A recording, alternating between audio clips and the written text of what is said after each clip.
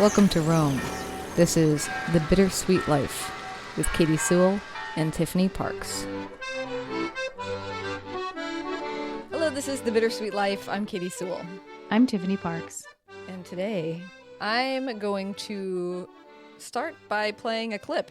This is a clip of the writer, the humor writer, David Sedaris. Is this someone you're familiar with, Tiffany? Not very much. I mean, I definitely had heard the name. I'd probably seen him on video a couple of times in interviews, but I don't really know what he's famous for. Like, what his resume is. I'm not that familiar. Well, he mainly writes humor essays, but I think the essay that got him to be the most famous and still is a part of people's annual Christmas traditions is an essay that he wrote called The Santaland Diaries that he recorded for NPR, and now it plays every year. That is just about his experience working as an elf beside a department store Santa. It's such a funny essay that I think that was what broke him onto the scene for the vast majority of people. Okay. Both describing himself as an elf, the other elves that he works with, and also the various Santas that play Santa. It's just very funny. Anyway, this is a little clip that I pulled from his masterclass. Just recorded it with my phone, so hopefully that's okay. But I thought it was an interesting idea and one that we might... I think it's short enough that, know. Yeah. And it's an interesting idea. I thought we could toss it around and see what we think. So here is David Sedaris. One beautiful thing about living in another country is that people don't think you really count in a way.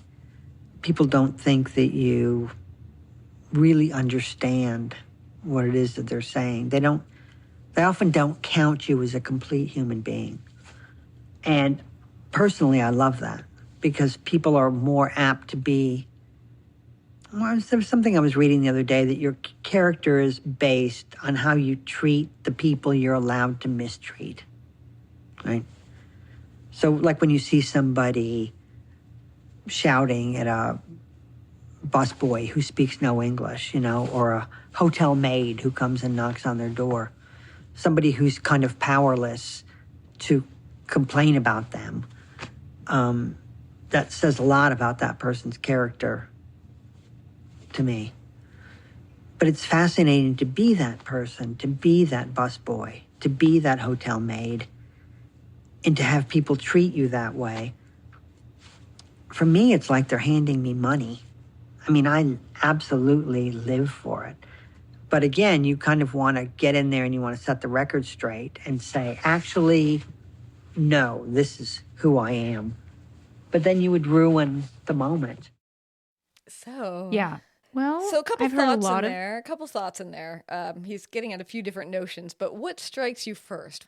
The first thing that strikes me is that it's very different to be someone living abroad or traveling abroad, as either an expat or a tourist, and having their experience, and to be an immigrant working in a low-paying, quote-unquote, low-skilled job who is probably very likely discriminated against often and repeatedly. And I just can't, it's a very interesting take and I'm willing to explore the take.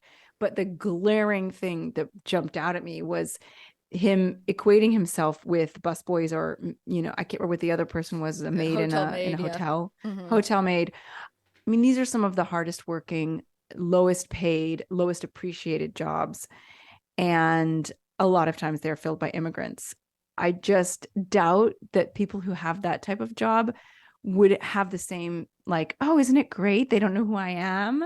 I'm just anonymous to them. They don't know who I am, so they treat me like garbage. What a gift. Well, yeah, I think it's two things. I mean, I do think, and I don't know a lot about his background in life, but I do believe that I might remember that he says somewhere around this clip that he lived as an expat in another country for a significant period of time. But that said, I think he's also, this take comes from being a famous guy. I mean, it's not just being a white guy. It's being a famous guy who is recognized and known. So for him, this idea of the privilege of not being known, of disappearing into society, partly comes from the fact that people know who he is. He's recognizable, and not recognizable in the way that an actor is recognizable. He's a writer, but he is a relatively prominent writer that lots of people have seen perform, So I think his take also comes from that sort of desire of to be anonymous. Yeah, and anonymity that comes from, being known much at the time. That said, I decided to pull this clip because I wanted to explore that idea, because I very much felt, in a way, like he described when I was first living in Rome. When I was there, in the very beginning of the show, 2013, 2014, I did feel like people completely overlooked me as a true human being. And because, my communication skills were bad, I didn't know my way around at all. I was messing up all the time. And I think as a result of that, I did get the feeling that most people were not interested in me or even considering me as a true, full member person in society.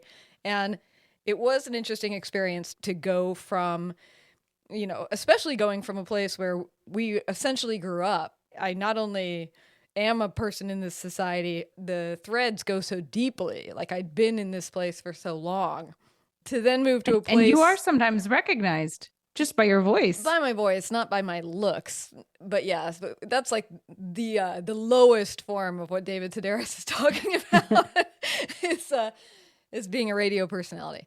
But yeah, to go from sort of being known, at least deeply by friends and knowing the community, to I just remember that experience of people either lightly engaging with me or not wanting to engage with me at all, or just overlooking you entirely. Like there were big swaths of time when I lived in Rome where I feel like I'm completely invisible here. Did you ever feel like that was positive in any way?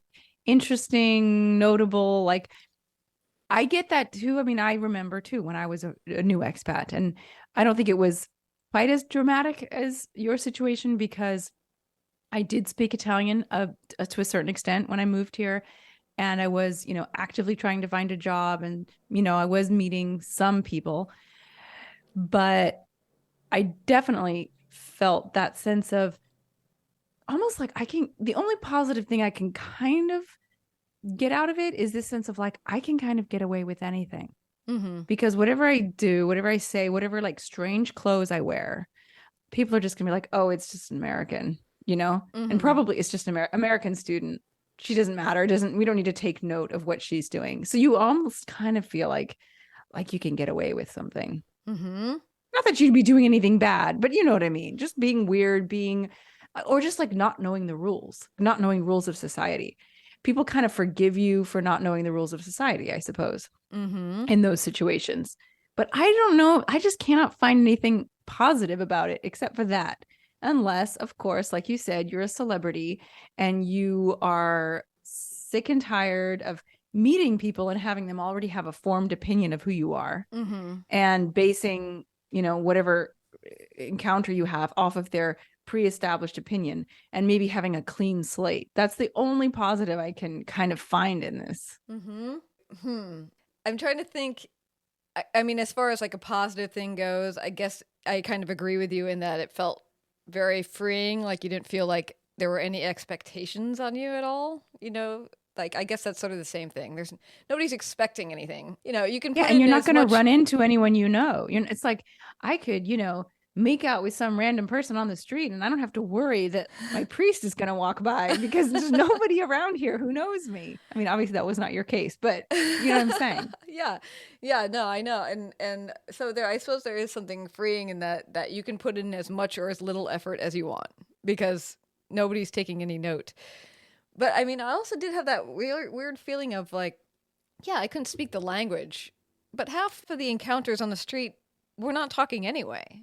And what I never really understood was, why am I so not notable? I encountered the same people on the street we lived on every single day. And when I come back to visit now, I see those same people and I recognize them.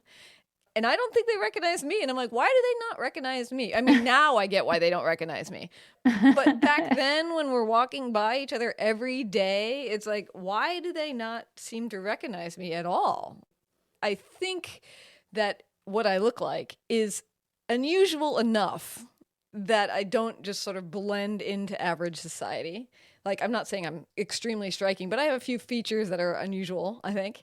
And I just think I don't look exactly like the locals, but at the same point, you'd be like, why does nobody recognize me? It's just like the weirdest thing. I don't know that it's that they didn't recognize you. I think it's that some Italians can be a little bit not wary of foreigners in a sense that they would be afraid, at least not people that look like you, not to be rude, but that's the way it is. But more of a sense of like just very low grade xenophobia. She's not one of us, so I'm not going to bother with her. You know, like you just said, she's not here long term. She's just going to come and go. You know, she's just one of the people contributing to the turning Trastevere into one giant Airbnb, basically. Although it was a while ago that you lived there. Airbnb hadn't quite taken over as much. But I mean, I don't know. I'm just guessing, right? I'm just guessing what people might be thinking. But, you know, foreigners, especially to the older generations, foreigners are not always that welcome, sadly. And I don't think that that's the rule or anything, but it can be an issue. But you think it was because, however I was dressing back then, it was it was blatantly obvious that I was a foreigner because that's the other thing. It's like, it's not like I don't look Italian.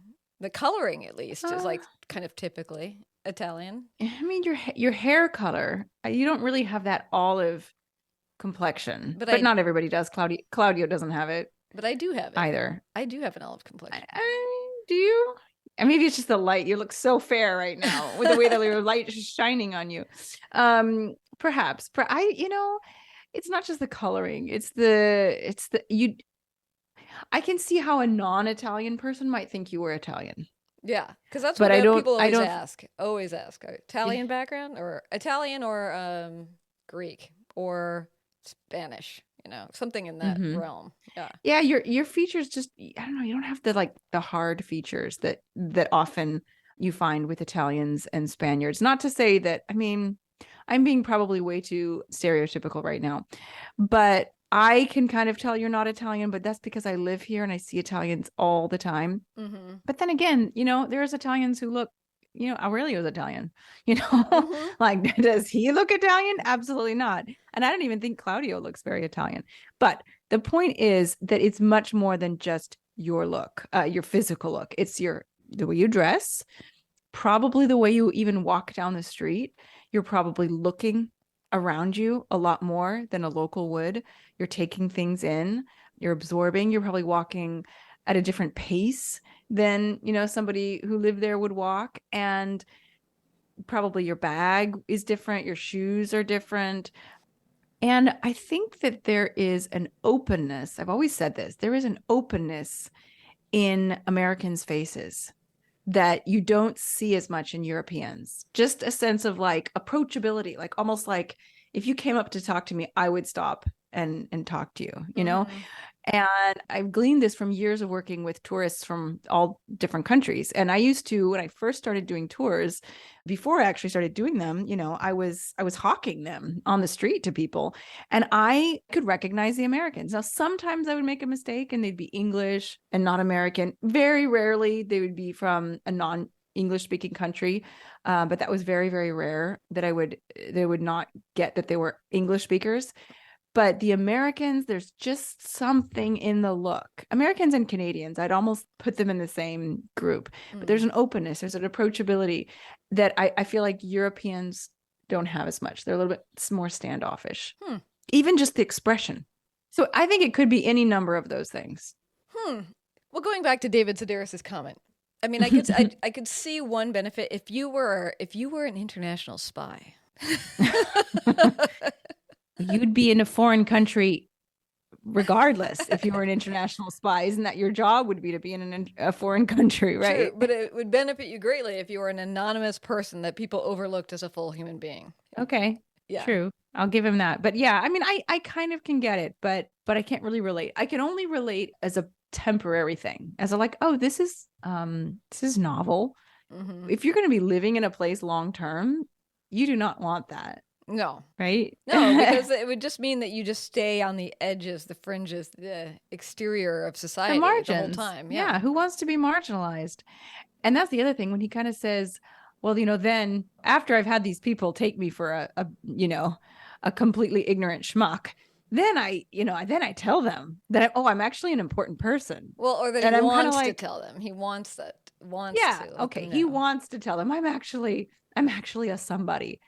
Unlike, I mean, what he doesn't say is I'm not a nobody like the busboy and the hotel maid. Mm-hmm. I'm a somebody, and that's what rubbed me the wrong way. But don't you think that he's trying, well, maybe I don't know what he's trying to imply, but don't you think he's trying to imply that those, like the busboy and the maid, are much bigger people, and, part of the privilege of, for him at least, living that experience is reframing how you see all of the people around you, even the ones that you yourself might be accidentally overlooking. Well, that's a much more generous way to look at it than the way I looked at it. But you could be right. I could have misunderstood him. I remember having this conversation with my dad once, and I was pretty young. I was probably like, a teenager, and I said to him something like, I don't know why I brought this. I said something like, Dad, it's so important to be really respectful and polite to everybody you meet, because you never know when you're talking to somebody who's like important. And he's like, you have to treat everybody like that, even if they aren't important. And I thought I was being all like, virtuous. And he like showed me up. It's like, no, everyone needs to be treated like that. Well, I mean, David Sedaris does make that somewhat stereotypical comment that you can judge a person quite a bit by the way that they treat the people they think they can take advantage of or overlook. And I mean, I've always agreed with that, because we've all met that person who just isn't that nice to, the waiter, or just ignores whoever they think is somehow below, I'm putting in quotes, below them. Mm-hmm. And it is such a reveal of character. Mm-hmm. And not even, or of arrogance, I guess, or approach to life. I always say you can also tell how people, like a person's personality, by how they drive. Like, do you cut people off? Do you honk at people? Do you, but that's a different topic. But I mean, I think how you drive, that's a tricky one too, because how you drive is so often dictated by where you are, where you live. That's true. And what you must do to survive on the road.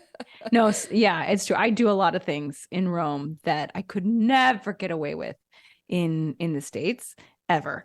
And vice versa. If I drove the way I would drive on Mercer Island, where we grew up in Rome, I would get flattened. I would be. And if you drove like you drive in Rome on Mercer Island, you would get pulled over by the police. Oh, immediately. No, actually, before I got pulled over, I'd cause an accident, Mm-hmm. Because that's just the thing. Just like Romans, like they're ready for anything. And so they're very defensive drivers because they have to be. Yeah. And I've been in plenty of countries where honking is the norm. Like honking can mean anything from get out of my way to, oh, hi, or like, hey, go ahead. Or, the honking. Usually it's like the light is green. Do you see that the light is green? Yeah, that's what we use it for here. Like get off your phone and go. Or I think I told you the story about how if you've ever been to Vietnam or some other Asian countries, but especially in Vietnam, in this scenario, like everybody's on a motorbike or a bicycle, or they're a pedestrian, and occasionally there's a car going through also. And one of the rules of the road is that the bigger vehicle is always liable. If a motorcycle and a car get in an accident, the car is liable. It's just like, so, and it goes down and down and down. If a bike hits a pedestrian, the bike is liable. The bike. Okay. But I was on the back of a motorbike once, and I don't know what my driver did, something she wasn't supposed to do, and the old woman on the motorbike next to her just smacked her. Like reached off across and slapped her in the face. Oh my gosh. Yeah, and I was, of course, very surprised because, you know, you wouldn't do that in the States. I mean, I guess some people do park their cars and jump out and get into a fight, but and she was just like, yeah, sorry, my bad. My gosh, she just took it. She said that was totally my fault. I shouldn't have done whatever it was that she did. She was right to hit me. See, that's nuts. That's nuts. See, in Italy, if you honk at someone because they did something really wrong, and I mean, I've done it. I've honked at people for doing something wrong. They will give you an expression or a hand gesture or shout something if, you know, even if you can't hear them, that makes it absolutely clear to you that they think that you are the one who did something wrong. I mean, even if it's like 150% obvious that it was them. And I mean, I've been on the other side of that where I'm like, oh my God, I just did something dumb. And I always put my hand up like, and like say, sorry, that's my Americanness coming out. But I always say sorry. And a lot of times people who are like, they've got this absolutely furious face. And when I'm like, oh my God, I'm sorry, they calm down sometimes, not all the time. But when I'm on the other end of it and I'm honking because some guy just swerved in front of me and, you know, changed lanes from the third lane on the right and turned left in front of me, they look at you like, if you honk, they turn and look at you like you are some piece of garbage on the bottom of their shoe. You're like, what? They're like, what? It's just ridiculous. Yeah. Ridiculous. It's a miracle. I'm going to say it. That I'm not going to say it. I'm going to knock on wood, but you know, it's a miracle. Do you have is there a particular hand gesture in Italy that we don't have over here that's basically like the most insulting, the most I mean, it's probably I would assume that the most insulting hand gesture is the finger, just like it is in the States. That's probably the worst. But you know, yes, Italy does have a lot of hand gestures. You know, there's the classic, you know, fingers held together and shaking your hand. Yeah. That's not that rude. That's like, what are you doing? Like, what's going on here? What's the deal? Yeah. It's, you know, Aurelio will do this to me if I say something weird. He'll be like, you know, he'll give me that gesture. A little bit worse is to put your hands together, flat together, like you're clapping, but kind of flat, not up, but pointing like outward. Your hands are, yes, and then shaking your hands like that. That's a little bit more adamant. Of course, not easy to do while you're driving because you've got to use both hands. Right. Some people will maybe do it. Then there's this, which is, this is not an ideal topic for a podcast because you can't see what I'm doing. But you hold your hand out like your fingers sort of spread out and by your head, by your ear, and you kind of twist your hand back and forth. Yeah. You like swivel your hand back and forth. That means you're crazy. Yeah. That's pretty bad. That's worse than the other two that I just mentioned. Like you're absolutely crazy. Very nice. Those are the ones I can think of. We used to joke that you can pretty much do anything in Seattle traffic wise. I don't know if this still holds today because our city has expanded its population so dramatically that some of the rules of the road have changed. But it used to be that you could pretty much get away with anything as long as you waved afterwards. You know, make sure the person saw your waving hand. Here's something you can get away with in Italy that you can't get away with. Definitely not in LA. Oh God, definitely not in LA.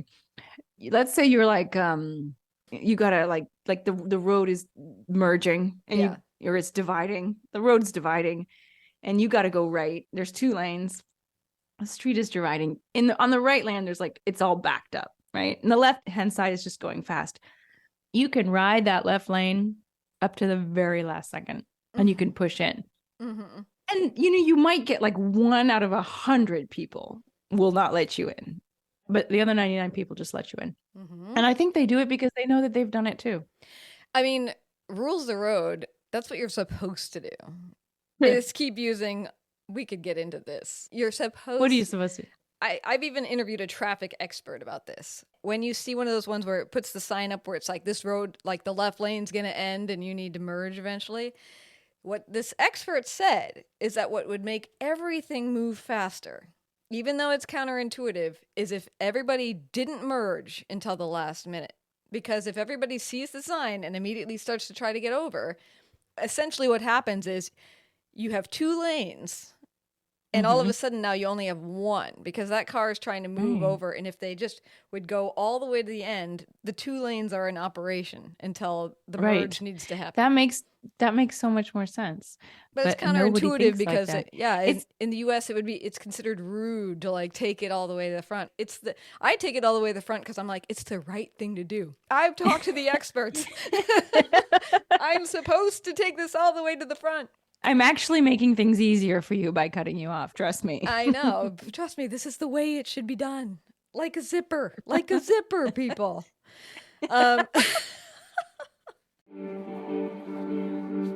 Katy here. So many movies and books are about falling in love in Italy.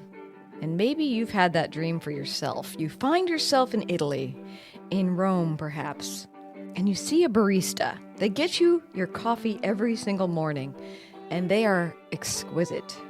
They're friendly and kind, and would you believe it? They seem to be interested in you too.